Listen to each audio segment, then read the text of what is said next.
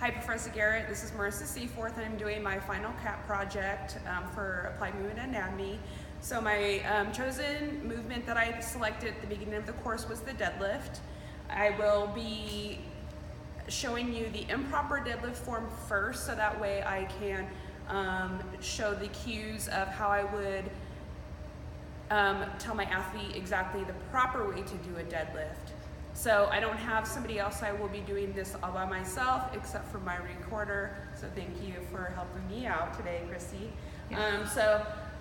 First, I will just show you the way somebody who doesn't know how to do a deadlift, how they would probably approach the bar and how they would lift it. So this will look incorrect to do it at the beginning.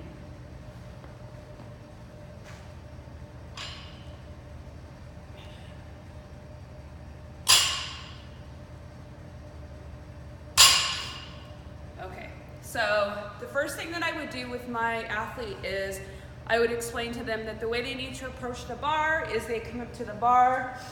The bar will sit about mid-foot underneath their, on top of their foot, so like right about where their shoelaces start, okay? Their feet need to be about hip width apart, so a normal stance, okay? When they come up, that bar also should be close to their shins so that when they go to lift the bar, it is following the bar path of their legs. So it should be as close to the body as possible, okay? When we go down to approach the bar, we grab it with a good grip with our fingers and thumbs gripped around the bar. Nice straight and strong arms.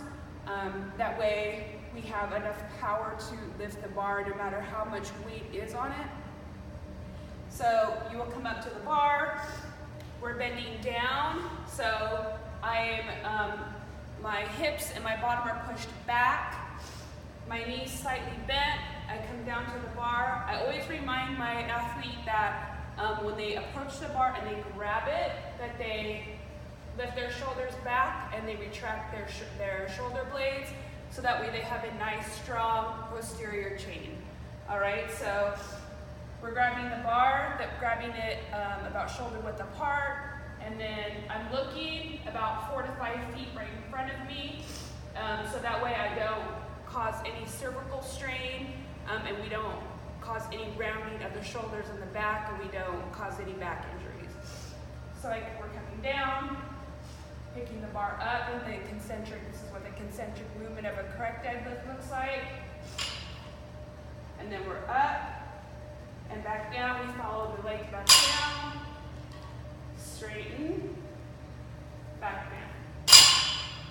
And that's what the proper deadlift looks like. So that's the cues that I would give my client. Always remembering the placement of their feet to begin with, that the bar needs to stay close to their body, their arms need to stay nice, straight and long, and their shoulders need to be retracted back. And then they need to have a nice, neutral, strong spine in order to engage the glutes and the hamstrings in this movement, okay?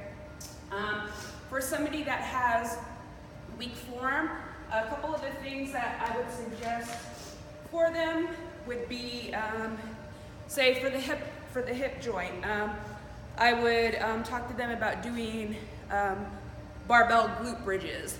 Barbell glute bridges will work on that gluteus maximus, the hamstring muscles, and also aids in that posterior chain, building a strong lower back.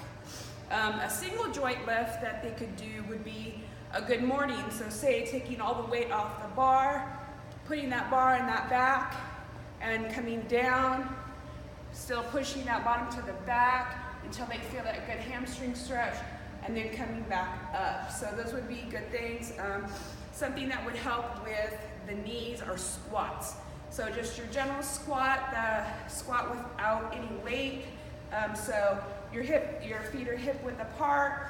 We're coming down, trying to go past parallel, and coming back up, always pushing those knees out. And then the feet are in the same fashion that we're in the deadlift. So we're in that midfoot to the heel, so that way we're not rolling up on our toes and rolling forward. We have a nice straight back. Okay, so we're going down and back up. This is also building that explosive movement And then we're building our calves as well, and especially the VMO, which supports the knees, okay?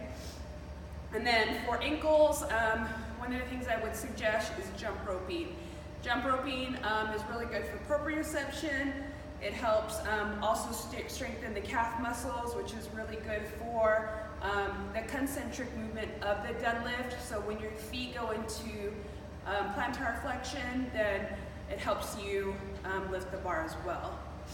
A couple other things they could do calf raises. Calf raises will help build the calves. And as far as the spine is concerned, I would suggest that they would do kettlebell swings. Kettlebell swings are really good for strengthening that posterior chain. It also aids in that explosive power of the hips, so that way when they straighten up, they're coming up out of that deadlift, and they have a nice strong central core to work with. And then a plank movement. A simple plank movement would be good to help build nice strong core while they're doing the plank. Also helps tighten the gluteus maximus and aids that, which will aid in the concentric movement of the deadlift. So those are ways I would teach my athlete how to do a proper deadlift, and how to cue them when they do wrong things, and how to correct them into doing it the correct way. So thank you very much.